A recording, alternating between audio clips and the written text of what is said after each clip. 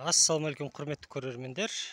Кешкі салқынды пайдаланып, мен мынау 5 квадрат бортыма азық беріп шықтым, төбесіне 5 сантиметр етіп. Енді осын үстін жақсылап суғарамын.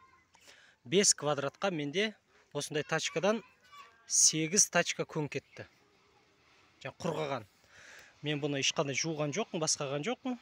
Осы құрғақ күйінде төбесіне салып шықтым, және жақсылап суғарамын.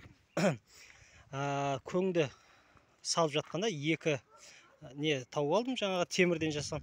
Біріншісі қасық, шай қасық. Нержавейка деп қойыпты, 40 копеек деп қойыпты. Көрдіңіздер ме? Совет уағындағы қасық болса керек, 40 тиын болатын болса. Мына жерде жазылған, қазір көрінбей жатқан шығар сіздерге. Сосын мынандай темір тауып алдым.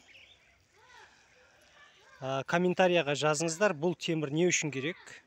Қараңыздар. Бұлай айналады екен, айналмалы. Мына жер сынып қалған екен. Көрдіңіздер ме? Сондықтан бұны жарамсыз деп тастаған болса керек. Көңмен келді біздің үйге. Осы бұйым тауып алдым. Комментарияға жазыңыздар. Видео пайдалы болды деп ойлаймын.